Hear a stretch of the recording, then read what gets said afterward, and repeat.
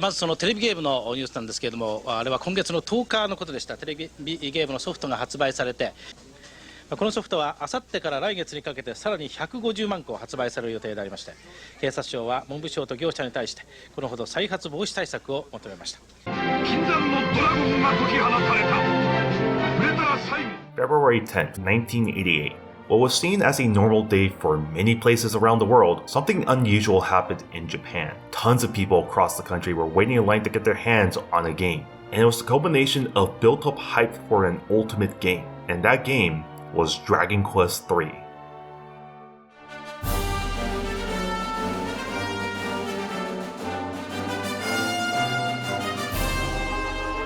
Kind of hype this game had was crazy. People skipped work just to wait in a line for Dragon Quest III. Kids skipped school just to wait in line for Dragon Quest III. It got to a point where police were complaining to the Enix Corporation that a lot of people were skipping work and a lot of kids were skipping school. Where the Enix Corporation would move the release dates of Dragon Quest games to the weekend just so it didn't interrupt normal working hours. In many ways, you can compare this to Nintendo's own Super Mario Bros. 3, as both had built up hype, and on top of that, both of these games influenced the companies moving forward. For Super Mario Bros. 3, it helped influence Nintendo to create a quality standard for their games moving forward. And as for Dragon Quest, not only did it influence Enix, but it also influenced many other companies that wanted to make an RPG. You'd be surprised how many games would take ideas from Dragon Quest 3 and iterate them in their own games. But of course, that success was never seen here in the West. Dragon Quest 3 would be brought over in 1992 as Dragon Warriors 3 on the NES, and no one really seemed to care too much, as the game came out a whole year after the Super Nintendo launched in North America,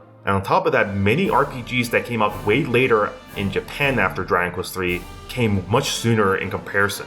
For example, Final Fantasy IV, a game that came out many years later after Dragon Quest 3 in Japan, came out a whole year before Dragon Warriors 3 saw a release in the West. And many critics here in the West slammed Dragon Quest 3, calling Dragon Quest 3 an outdated game, which is why we're doing this video today. We're here to celebrate Dragon Quest 3 for the revolution it is of how it influenced RPGs moving forward. Sure, nowadays this game has aged in some aspects, but overall, we're just here to appreciate what Dragon Quest 3 was able to do. So, let's dive into the plot. In the kingdom of Alien lives a local towns hero named Ortega, who is tasked to take down the evil archfiend Baramos, and right when his child is born, by the way. Though regardless, in order to bring peace to the world, Ortega sets out on this journey to take down the evil archfiend, but only for his adventure to end with a battle against a dragon on top of a volcano, and the battle ending was the dragon dragging him down to the core of the volcano. And once news spreads that Ortega presumably died, all the townspeople of Alien are saddened by the news, but the wife of Ortega has a different stance. She believes his child will be the one that'll take his place and take down the evil archfiend once they become of age. And once the child became 16, they are indeed given the task to take down the evil archfiend and take the place of his dad Ortega. And they can either create their own party to take them down or go it on their own. And the adventure starts small by climbing atop a tower to grab a thief key and using that said thief key to grab a wrecking ball, and using said wrecking ball to open up a path to go to a portal to the kingdom of Romania. The adventure continues by helping the king of Romania get his crown back from a group of Robin Hoods, going to the desert kingdom of Isis to grab a magic key, helping the king of Portugal to get some black peppers in exchange for a ship. And once they attain the ship, they learn they must collect 6 orbs scattered across the world to reawaken the god bird Ramia to reach Baramos' location. And thus is our premise to Dragon Quest 3. I love the overall backstory of Ortega, who he is, the local town's hero, and how you filling in his shoes are expected to take down the evil archfiend. But at the same time though, much like Dragon Quest 1 and 2, the main story overall is pretty bare bones. It's go to this location, then go to this location, and then find these orbs scattered across the world. But I do think, unlike Dragon Quest 1 and 2 where there was just the main story, Dragon Quest 3 does make up with some interesting smaller stories that happen throughout the game. For example, I already mentioned the king losing his crown to a group of Robin Hoods in the kingdom of Romania, but there's also some other stories. For example, when going across the world to get the orbs, one of them involves a story in a Asian-like town called Jinping, where the empress there sacrifices her own people to this man-eating dragon named Orochi. And once you take care of Orochi, you find out that Orochi is actually the empress. And you have to go out and take down the empress, and once you defeat her, the people of Jinping reward you with an orb. There's not really much in terms of the background of who Orochi is, but I do like the context overall that they include these smaller stories to try to fill in what is a bare-bones story. And the majority of the adventure that you go through has a story to tell. and just adding these small stories is overall an improvement to Dragon Quest 3's story. And there are other aspects that I love about the story, but we'll save those for spoilers. And now moving on to gameplay, in regards to that front, not much has changed from Dragon Quest 2 to Dragon Quest 3. Combat still works the same, exploration still works the same, dungeon crawling still works the same, sailing still works the same.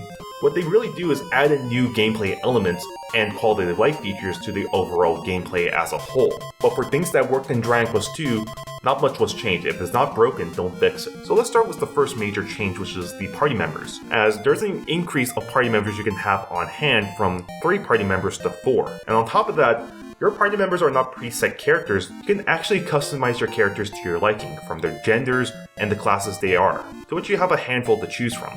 The warrior class, a strong physical fighter but a bit slow. The martial artist, again a physical fighter but he's much faster, though sacrifices a little bit on physical strength. The mage class, a spellcaster that knows powerful spells alongside buffing spells. The priest class, another spellcaster that knows healing spells and debuffing spells. The merchant class, a class that gains a lot of health but also can nab extra gold and items. And finally the jester class, what will be seen as the joke class for many people.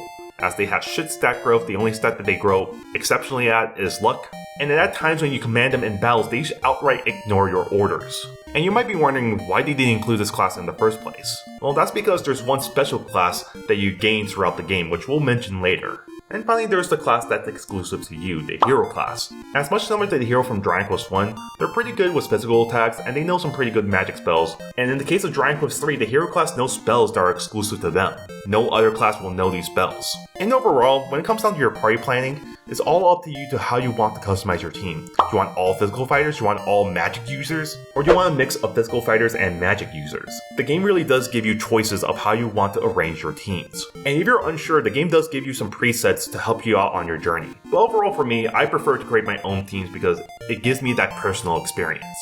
Now let's talk about the other additions made to this game alongside some quality of life features. As the key system changed again, you now have the thief key which opens regular doors, then the magic key, and then finally the ultimate key that opens everything. They pretty much made the key system a leveling system in a sense. And of course I mentioned the bank system in the remakes of Dragon Quest 1 and 2, but Dragon Quest 3 is the first mainline game to introduce a bank. Essentially you can store in gold, and if you die in battle, you only lose the gold you have on hand while the gold that remains in the bank remains unchanged. And on top of that, you can also store in items in the bank, which is something that I do a lot because there's some items that I don't need anymore, or items that are just wasting space away. So I use the bank just to store in my items. But quite honestly, because of the fact that the item management is still similar to Dragon Quest 2, this is why I use the banking system for, just to store in items I don't need anymore. Alongside the banking system, you have the Monster Arena. This is basically the game's form of gambling. You essentially bet on whoever you think will win the battle, and whoever wins, you get money. Whoever loses, you lose all your money. And I'm usually not a gambling man, so I don't really do this feature all too much. But if you have the best of luck out there, then I'm pretty sure you use this feature a ton. And regarding major quality of life features, Zoom is now a quick travel spell. Rather than sending you to the last location you saved in, it now gives you a list of locations to travel to. And this is indeed a godsend right here. With a big world like Dragon Quest 3, it's quite important to have multiple locations to travel to. The final thing I want to mention is the day and night system, as Dragon Quest 3 is the first game to introduce it. As time will go on, the time will change from morning to night or night to morning, and what changes is different monsters will appear from the time of day, and depending on towns you go to, certain events will happen. So overall, we have some great gameplay additions from the bank and monster betting, alongside some great quality of life improvements, while at the same time, features that didn't really need to be changed were kept the same. But there's also one more feature I'm not addressing just yet, but we'll save that for later. Now moving on to graphics, and much like Dragon Quest 2, the game looks great on the NES. The only complaint I really have is sprite flicker, as that can't be helped due to the limitations of the NES itself, but it's something I do have to mention. And as for the music, it's pretty clear with each passing game, the late Koichi Sugiyama continues to improve on chiptune music, as a lot of the songs here are fantastic. I love Adventure, I love the town theme, I love the village theme, I love the cave theme, I love the sailing theme. Everything about the soundtrack is amazing in my opinion. Now moving on to localization, and much like Dragon Quest 2, things were censored. Keep in mind this is Nintendo in the 90s we're talking about here, heavy-handed on censorship. Though thankfully things that were changed in Dragon Quest 3 were the same things that were changed in Dragon Quest 2. Churches were changed to House of Healing, and tombstones were changed to little ghost guys. Though surprisingly, in terms of the text localization, Dragon Quest 3 barely uses the Old English text. Sometimes it does pop up here and there, but for the most part, it's modern day English for the most part. And I do understand for some people they do like the old English dialect, as it brings some extra flair to the dialogue. But for me, I kind of prefer when they maintain the original translation from the Japanese version. And now the English localization adds in a cutscene of Ortega fighting the dragon on top of the volcano. That wasn't in the Japanese Famicom release. And just to make the game easier, EXP and gold gained after beating monsters were increased by 25%. Despite the censorship here and there, I'm glad that the dialogue is more consistent with the Japanese version, and I do like the few things that the English version adds in. Now it's time to move on to the one thing I complained about in Dragon Quest II, the progression. And thankfully, Chunsoft has learned from mistakes they made in Dragon Quest II and chose to improve on certain aspects in Dragon Quest III. Though in some ways the game does start pretty similar to Dragon Quest II. The game starts linear, and then eventually things open up once you attain a ship. As attaining the 6 orbs scattered across the world is pretty non-linear. It's up to you to which orbs you want to attain first. Though unlike Dragon Quest II, where barely any NPCs told you where sigils were, Dragon Quest III does the complete opposite, and NPCs tell you a general location of where an orb is. It's pretty similar to how Dragon Quest I handled progression, where you basically have to rely on townsfolk to give you a general direction of where to go. And these guys tell you where to go next. And if you're still unsure where to find orbs, you can get the Echo Flute to get a general idea of where an orb is. And unlike Dragon Quest II, where finding the Echo Flute is in the middle of the ocean, Dragon Quest III puts the Echo Flute in a tower that you can clearly see. And sure, you have to fight some monsters and reach to a certain floor to get the Echo Flute, but I take that over going to the middle of the ocean. And regarding maps, I would still recommend getting a map online, because even though NPCs do give you a general idea where to find an orb, Dragon Quest III's map is pretty huge and you might get lost when exploring around the world. So having a map is indeed helpful. Though regarding guides, I don't think you really need a guide. As long as you're talking to townsfolk, you should be fine. Though aside from the yellow orb, the way this one works is that you have to bring a merchant to a location to build a town from scratch, and over time as you collect more orbs, the town will continue to grow, until eventually the people of the town will overthrow the merchant just because they're being an authoritative vassal. Though throughout your journey of collecting orbs, the merchant does their part of getting the yellow orb for you, which is pretty nice, and eventually you'll reach to a place called the All Trades Albi, a place where you can change your party members' classes. And if you found this book in this tower here, or have a Jester class on your hand, you can get the Sage class, and these guys are pretty damn good. They know every single spell from both mages and priests, though none of the spells from the hero class, and they're pretty good with physical attacks. And every time I do play Dragon Quest III, I always make sure to go out and grab a Sage class when I can. Though of course there's indeed a catch in regards to changing your party members' classes. Your party members have to at least reach level 20 to change classes, and on top of that they'll revert back to level 1 and all their stats will be halved.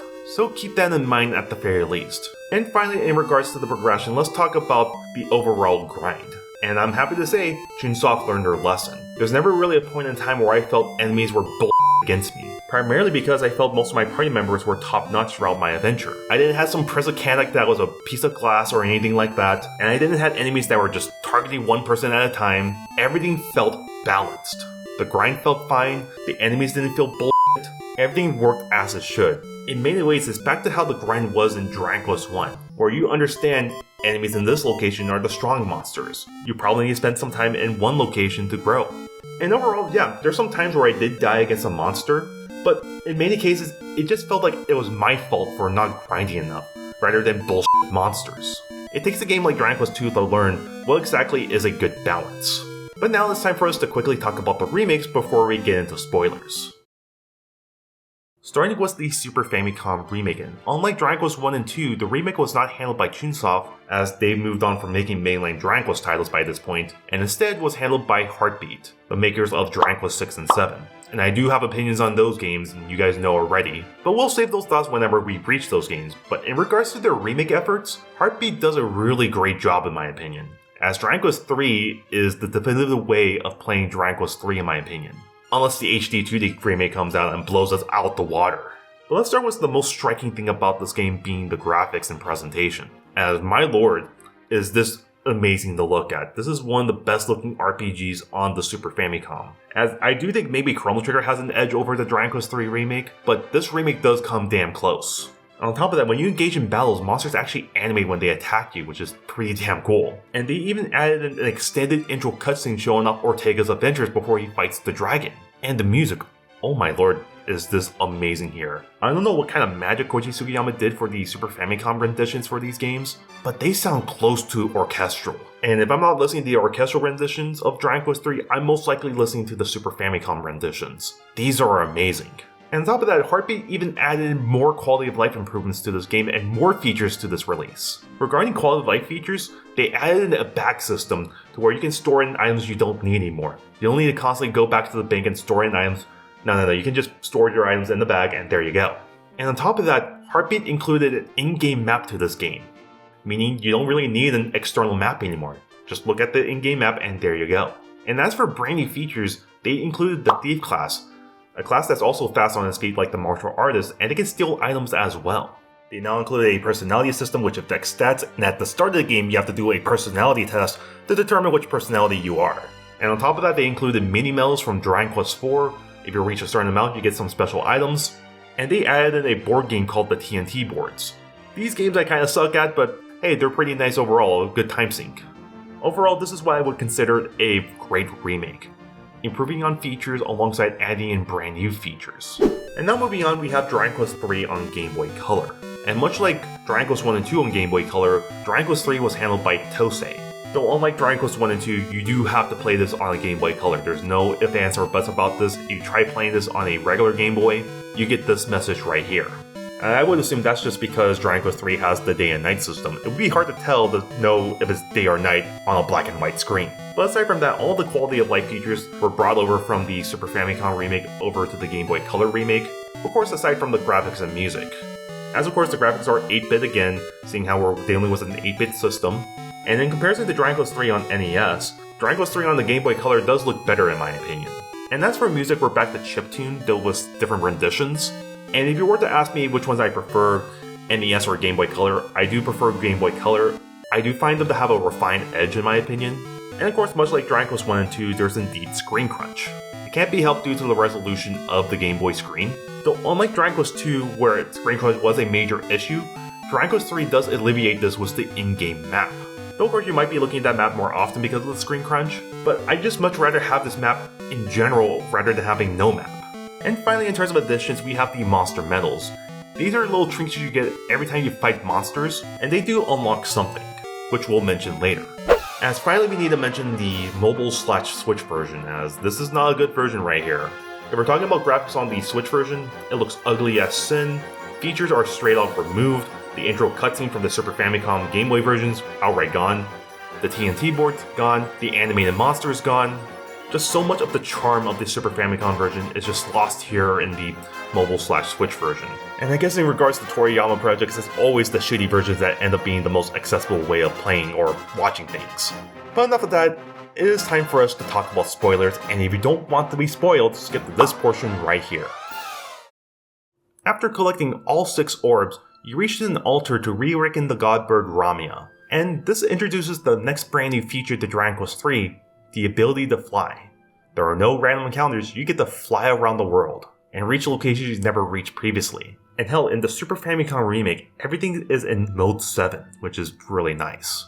But anyways, our heroes reach Baramel's castle, and in regards to the grind, it's not all too hard, it's just time consuming. As of course, you need to reach certain levels just so you know some pretty good spells to face up against Baramels. But anyways, our heroes take down Baramels, and when you think that the day is saved, it's actually not. Turns out Baramels was actually a henchman for the main evil, Soma, who resides in the Dark World, to which the king gives you the final request to go to the Dark World to take down the evil Soma. And fortunately enough, a hole opens up right next to Baramels' castle, to which our heroes head down to. And turns out the location of the Dark World is called Alfgard. And for quite a while, Alfgard has been plunged into darkness.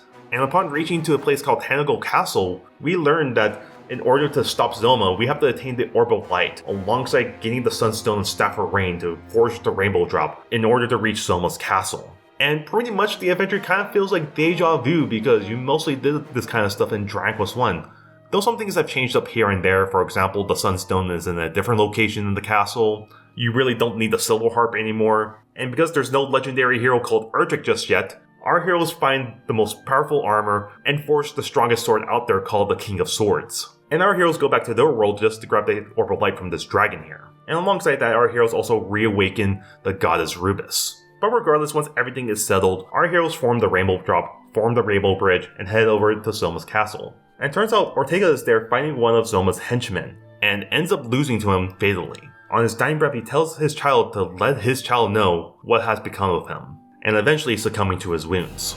And in the final stretch, our heroes take down Soma's henchmen, and then finally face against Soma using the Orbital Light to weaken him, and giving Soma the final blow. The day is saved, Light is brought back to Alfgard, but unfortunately for our heroes, the hole that they came from closes up, meaning that there is no way for them to return back to their world. So with nothing else to do, they head back to Tanacle Castle, and the king is forever grateful for our heroes, and names our hero Erdrick. As turns out, this game was a prequel to Dragon Quest 1 and 2.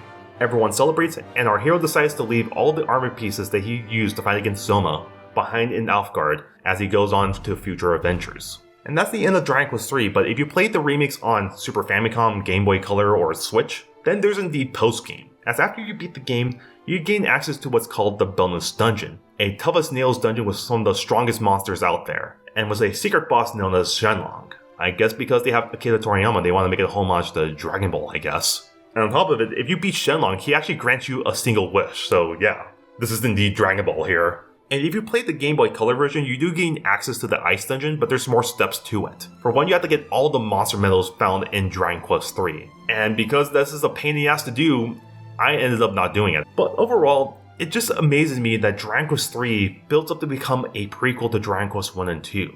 Everything that you do in this adventure ends up becoming legends in Dragon Quest 1 and 2 that have been told to you about this legendary hero known as Erdrick. And turns out, Erdrick was you, this whole time. It's amazing to see the adventures he's gone through, and how he became nobody to a legendary hero at the end.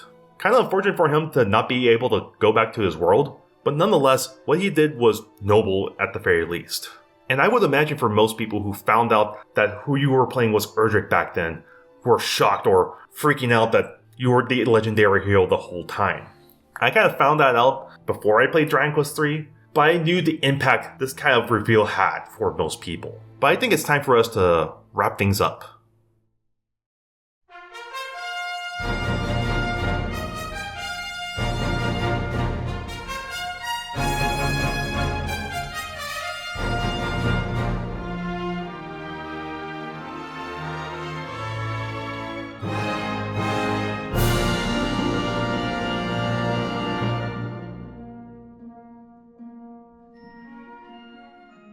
In many ways, Dragon Quest 3 is a special game. One of those genre-defining games that changed the whole scene. Everything moving forward uses this point of reference of how to build something in this field. How to build a great JRPG. And even to this day, many RPGs you might play still use Dragon Quest 3 as a reference, whether consciously or subconsciously. From the class making, building the world around you, to all the gameplay mechanics found in Dragon Quest 3, or just the overall themes of Dragon Quest 3. Having that kind of influence is indeed powerful, and Dragon Quest 3 does have that influence. And I remember playing Dragon Quest 3 on mobile and not thinking much about it other than the big reveal. But understanding the history of the game, upon playing this game multiple times, I just find more and more things to enjoy about Dragon Quest 3, as it slowly climbed up to my top 5 favorite Dragon Quest games out there. And once again, I do compare how impactful this game is to Super Mario Bros. 3. And once again, there's a reason. Not only did Dragon Quest 3 influence NX, it also influenced many other companies that wanted to make an RPG. And I'm pretty sure once the HD 2D remake comes out, we'll be reminded again of how influential this game is. I know this video took a while to come out, but I sincerely thank you guys for watching this video. And if you have any experiences about Dragon Quest 3, or you never heard about Dragon Quest 3, just post down in the comments and let me know what you think about the game overall. And if you like this video, greatly appreciate it if you hit that like button. And if you want to see more videos, I do recommend checking out these videos here. I think you'll personally enjoy them. See you guys on the next one. Take care.